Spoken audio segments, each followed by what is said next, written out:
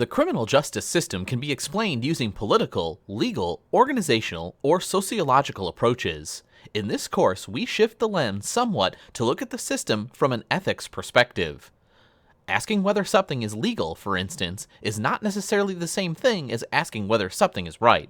Let's take a look at ethical issues in criminal justice. Ethical issues are broad social questions, often concerning the government's social control mechanisms and the impact of those governed. These issues can be subject to legal analysis or ethical analysis, since the two are related but not the same.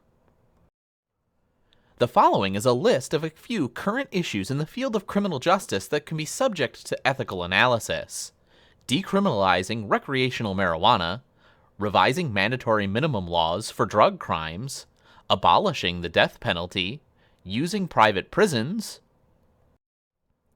requiring police officers to carry liability insurance, instituting civilian review boards to advise police departments, instituting deportation against dreamers, cities adopting sanctuary city resolutions, instituting conviction review task forces in prosecutor's office, and requiring mandatory DNA collection for all misdemeanor arrests. The typical individual does not have much control over these issues. If one is a political or organizational leader, it's possible that it's within a person's discretion to decide some ethical issues, but generally, these choices are decided by political action or deliberation by many people. While ethical issues are broad social questions or policy decisions, ethical dilemmas are situations in which one person must decide what to do.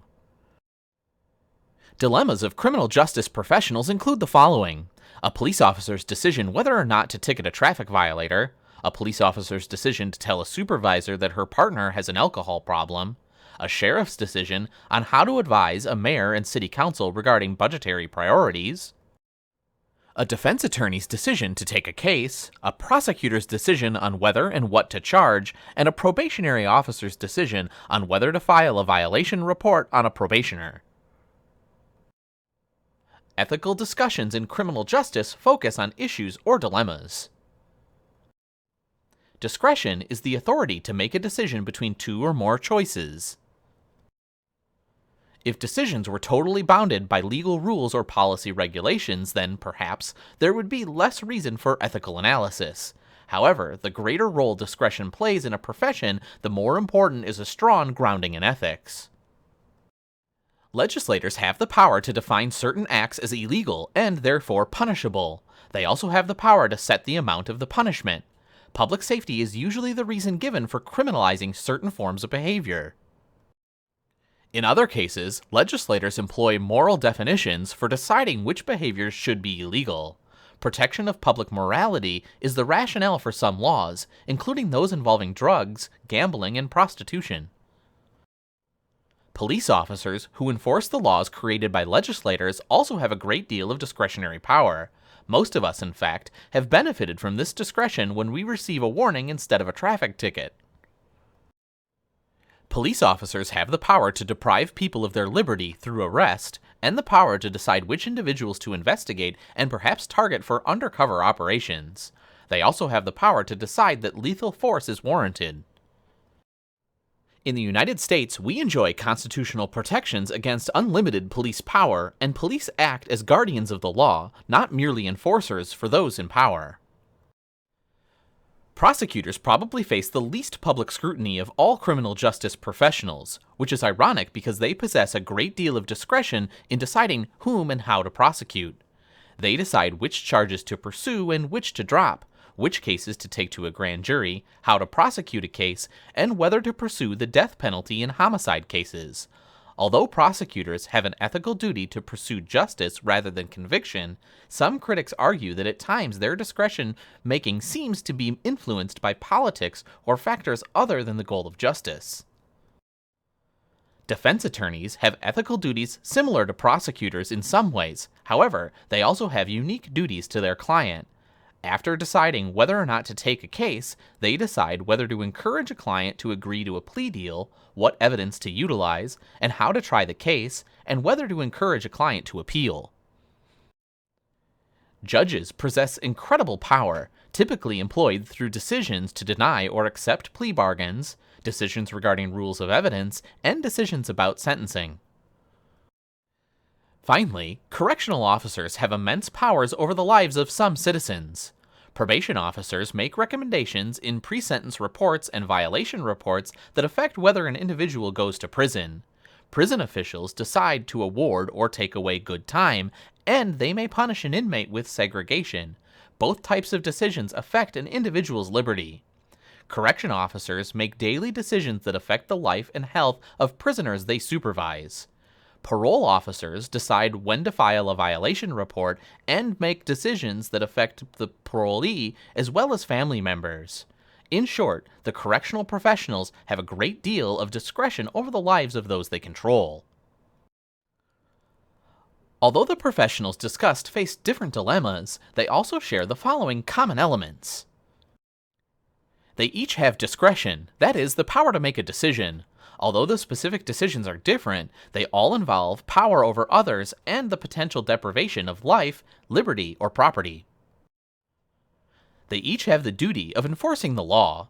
Although this concept is obvious with police, it's also clear that each of the professionals mentioned have a basic duty to uphold and enforce the laws.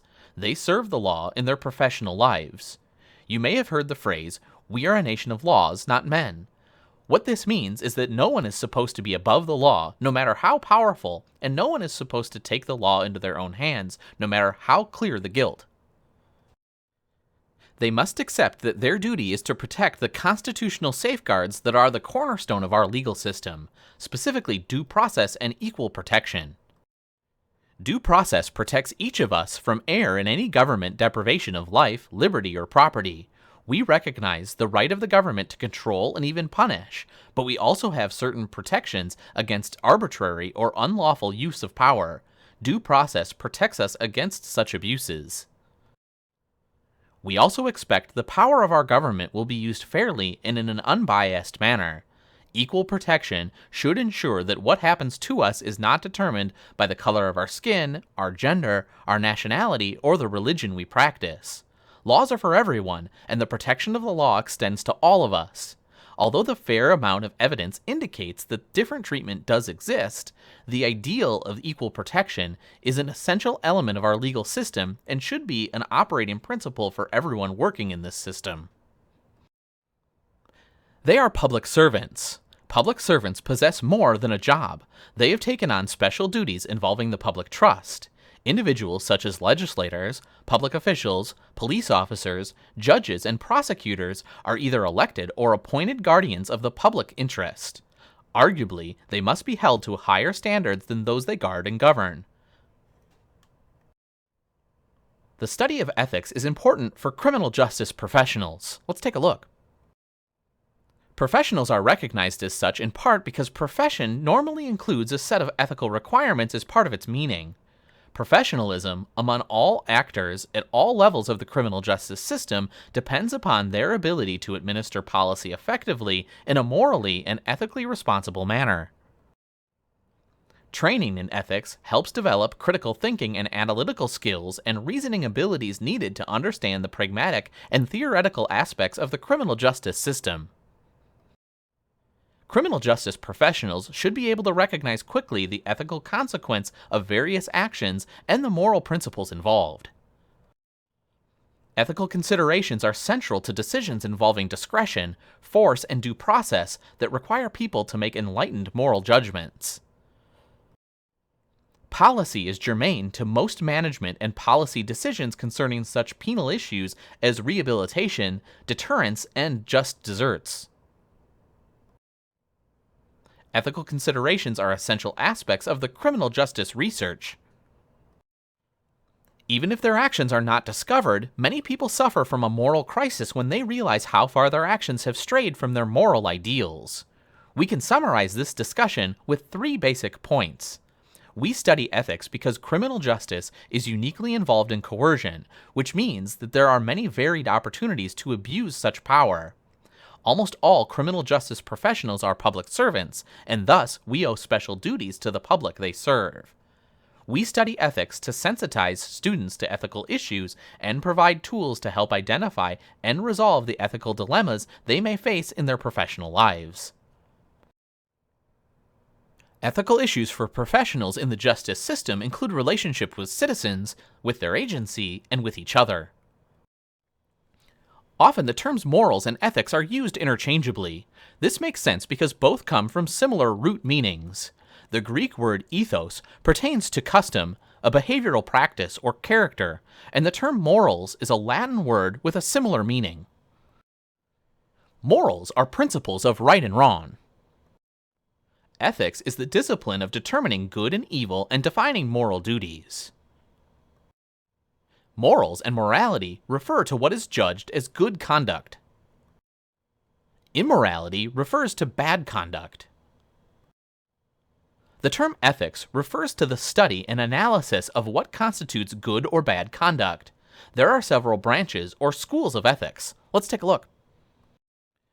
Metaethics is the discipline that investigates the meaning of ethical systems and whether they are relative or are universal, and are self-constructed or are independent of human creation. Normative ethics determines what people ought to do and defines moral duties based on ethical systems or other means of analysis. Applied ethics is the application of ethical principles to specific issues. Professional ethics is an even more specific type of applied ethics relating to the behavior of certain professions or groups. While these definitions of ethics refer to the study of right and wrong behavior, more often in common usage, ethics is used as an adjective, ethical or unethical, to refer to behaviors relating to a profession, while moral is used as an adjective to describe a person's actions in other spheres of life. The term duties refers to those actions that an individual must perform to be considered moral. A police officer has a moral and ethical duty to tell the truth on a police report. Duties are what you must do to meet the responsibilities of your role. Police officers have an ethical duty to get involved when others do not. There are also imperfect duties, general duties that one should uphold but do not have a specific application as to when or how. Values are defined as elements of desirability, worth, or importance. All people prioritize certain things that they consider important in life. Values only become clear when there's a choice to be made. For instance, when you must choose between friendship and honesty or material success and family. Behavior is generally consistent with values. Certain values hold special relevance to the criminal justice system and those professionals who work in it. These include privacy, freedom, public order, justice, duty, and loyalty. We also make choices, knowing that they can be judged as right or wrong. Not all behaviors involve questions of ethics. Acts that can be judged as ethical or unethical, moral or immoral, involve four elements. First, the acts, rather than beliefs, that are second, human, and third, of free will, and fourth, that affect others. First, some act must be performed. We are not necessarily concerned with how people feel or what they think about an action unless it has some bearing on what they do. The intention or motive behind a behavior is an important component of that behavior in some ethical systems. For instance, in ethical formalism, one must know that the intent of the action to be able to judge it as immoral or moral. However, one must also have some action, not merely a thought, to examine before making a moral judgment. Second, judgments of moral or ethical behavior are directed specifically to human behavior. Philosophers widely believe that only humans can be moral or immoral because of our capacity to reason. Because only humans have the capacity to be good, which involves a voluntary, rational decision and subsequent action, only humans of all members of the animal kingdom have the capacity to be bad. In addition to limiting discussions of morality to human behavior, we usually further restrict our discussion to behavior that stems from free will and free action. Moral culpability is not assigned to persons who are not sufficiently aware of the world around them to be able to decide rationally what is good or what is bad. The two groups traditionally exempt from this responsibility in this sense are the young and the insane. Similarly, what occurs when subscribing legal culpability. Finally, we usually discuss moral or immoral behavior only in cases in which the behavior significantly affects others. Discussions regarding the ethics of police officers, for instance, would concern issues such as the following: whether to take gratitudes, whether to cover up the wrongdoing of a fellow officer, or whether to sleep on duty. Of course, these actions affect other people, as do most actions taken as a professional. All reasoning is based on assumptions, points of view, and data or evidence, but reasoning is shaped by concepts and ideas that affect our interpretation of the data, which then lead us to conclusions that give meaning to the data. To be a critical thinker, one must ask these types of questions. What information am I using? What information do I need to settle the question? And is there another way to interpret the information? Further, what assumptions have led me to make my conclusion? Is there another point of view I should consider? And what implications or consequences might be the result of this conclusion? One of the most important elements of critical thinking is to separate facts from concepts and identify underlying assumptions. In all analysis, we begin by determining if there's any relevant law, then if there are any relevant policies, and finally, ethical principles will be applied. In applied ethics, we set out the steps to take when facing ethical dilemmas. In applied ethics, we study the details of the case, identify the relevant criteria, obligations, ideals, and consequence, determine possible courses of action, and decide which action is the most ethical. When analyzing ethical dilemmas, follow these steps. First, identify the facts. Make sure that one has all the facts that are known, not future predictions, not suppositions, and not probabilities. Next, identify relevant values and concepts. Concepts are the things that cannot be proven empirically, but are relevant to the issue at hand. Understand that your concepts and values may affect the way you interpret the facts. Many arguments surrounding ethical issues are really arguments about concepts that cannot be proven. Identify all possible dilemmas and then decide what is the most immediate dilemma. Identifying all dilemmas can help us see that someone's own moral or ethical dilemma is caused by others' actions. For instance, a police officer's ethical dilemma when faced with the wrongdoing of a fellow officer is a direct result of that other officer making a bad choice. Decide what is the most immediate moral or ethical issue facing the individual. This is always a behavior choice, not an opinion. Resolve the ethical or moral dilemma by using an ethical system or some other means of decision-making. It is important to note that very often the ethical thing to do is clear once you identify the relevant law and/or policy. Although there are instances where the law or policy itself is unethical, in most situations if something is illegal, it's also unethical. Another type of dilemma is when you know what the right thing to do is, but doing it comes at a great cost. The clearest example of this situation is the so-called blue curtain of scrutiny that refers to police officers covering up the wrongdoing of peers. Those who do not, and instead come forward and testify against a fellow officer, typically face social ostracism and sometimes worse, retaliation. Whistleblowers may lose their job or be blacklisted from their profession. Thus, sometimes it's fairly easy to apply ethical analysis to determine the right thing to do, but extremely difficult to do when there are such great costs. We make ethical judgments, what we might consider right and wrong, using rationales derived from historical and traditional ethical systems.